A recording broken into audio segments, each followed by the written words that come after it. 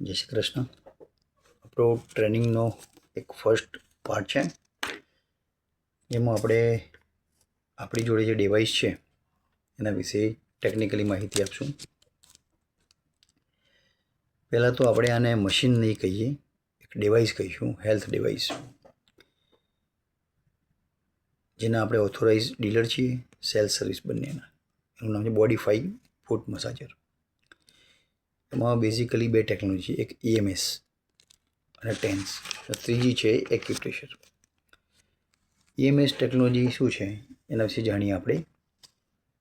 તો અલગ અલગ ફ્રીક્વન્સીના 15 પલ્સ જે મસલ્સને આપવામાં આવે છે EMSમાં. એટલે મસલ્સ શું થાય, સંકોચાય અને પાછા હતા એવા થઈ જાય, અને એને સ્ટિમ્યુલેશન કહેવાય. સ્ટિમ્યુલેટ કરી મજબૂત બનાવવામાં આવે છે. મેડિકલ ભાષામાં કાફ મસલ્સ, જે પિંડી કહીએ આપણે, તો પિંડીના મસલ્સને બીજું હાર્ટ કહેવાય. તો પિંડીના ભાગને આ પલ્સ શું કરે, મસલ્સ સ્ટિમ્યુલેટ કરે, પિંડીને સંકોચન કરે છે. એટલે તમે ટ્રેડમિલ કે દોડતા હોય તમને એવી ઇફેક્ટ આપે છે. એથી જ કહેવાય કે ભાઈ એક થેરાપીનું સેશન ખરું અડધો કલાકનું, એ તમને 6 કિલોમીટર વોકિંગ જેટલું બેનિફિટ આપે. કાફ મસલ્સ છે એને સેકન્ડ હાર્ટ પણ કહેવામાં આવે છે, બીજું હૃદય.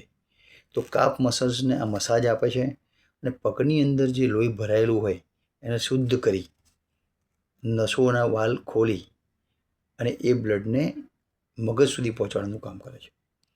એટલે વચ્ચે વચ્ચે જો વાલ્સ હોય, ડેમેજ હોય, એ તમને બ્લડને ઉપર પહોંચાડે. તેથી વેરિકોઝ વેન કોઈને હોય તો વેરિકોઝ વેનમાં બહુ સરસ રિઝલ્ટ મળી શકે છે.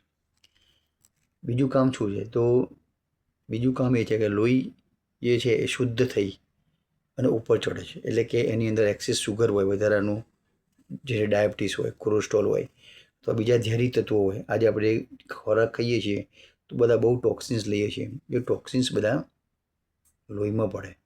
તો એ લોહીને શું કરે, શુદ્ધ કરે, અને શુદ્ધ કર્યા પછી હૃદયને આપે, અને એ હૃદય પમ્પિંગ કરીને આખા બોડીમાં બ્લડ પહોંચાડે, ત્યારે આપણું શરીર બધા ઓર્ગોનને બ્લડ મળે.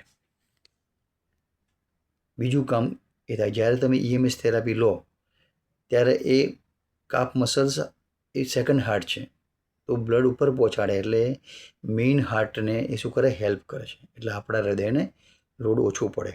તો શ્વાસના અસ્થમાના દર્દી હોય તો એનામાં શું થાય, રાહત મળે. અચ્છા, આ જ ટેકનોલોજી, EMS ટેકનોલોજીથી આપણી થેરાપી લેવાથી એ આપણા લોહીને શુદ્ધ કરે છે. કેવી રીતે, તો કાફ મસલ્સને કોમ્પ્રેસ કરી અને બ્લડ નસોને કોમ્પ્રેસ કરે, એટલે બ્લડ ઉપર જાય, ગરમ થાય અને બ્લડમાંથી ટોક્સિન્સ રિમૂવ થાય.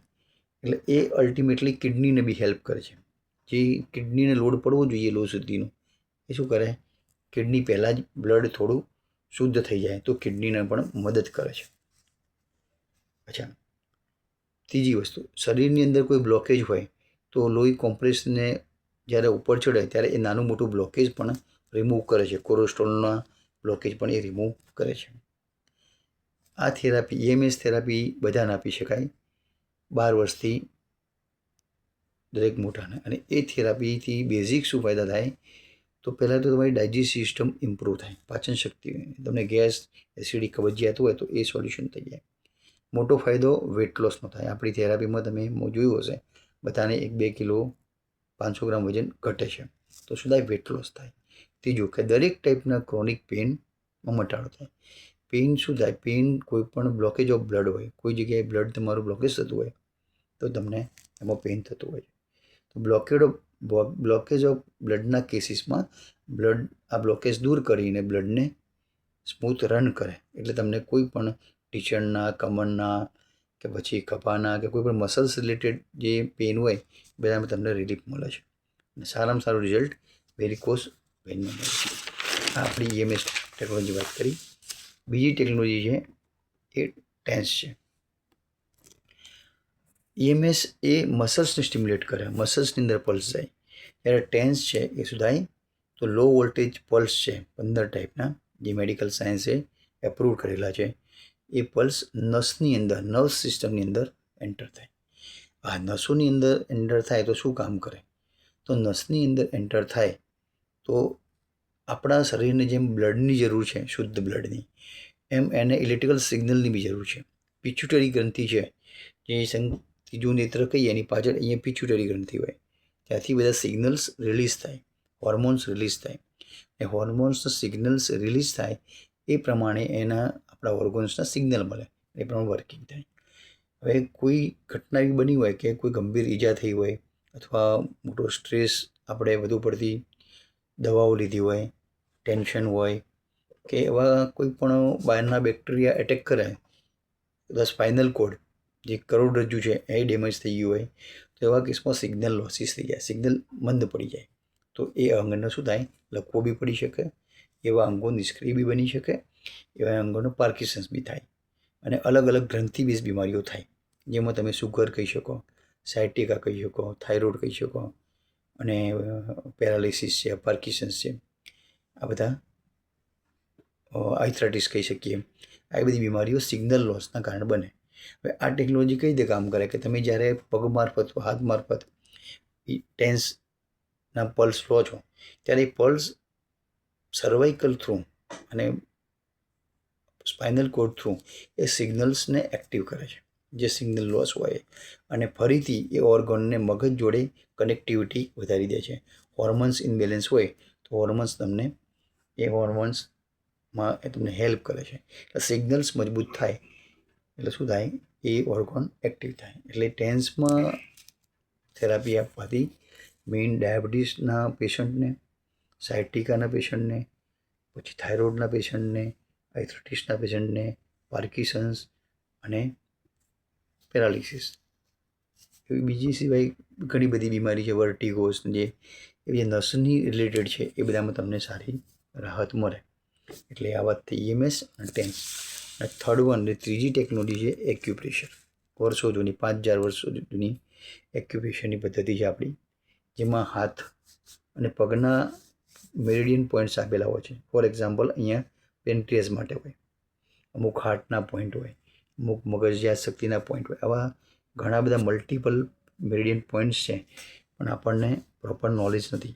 એ પોઈન્ટ્સ ઓપન કરવા માટે આપણે આ જ્યારે તમે થેરાપી હાથમાં કે પગમાં આપણે પેશન્ટને આપીએ, ત્યારે એ meridian points through pulse attend થાય છે. એટલે મેરિડિયન પોઈન્ટ્સ ઇનડાયરેક્ટલી ઓપન થાય છે, અને એ પોઈન્ટ્સ બધા એક્ટિવ થાય છે.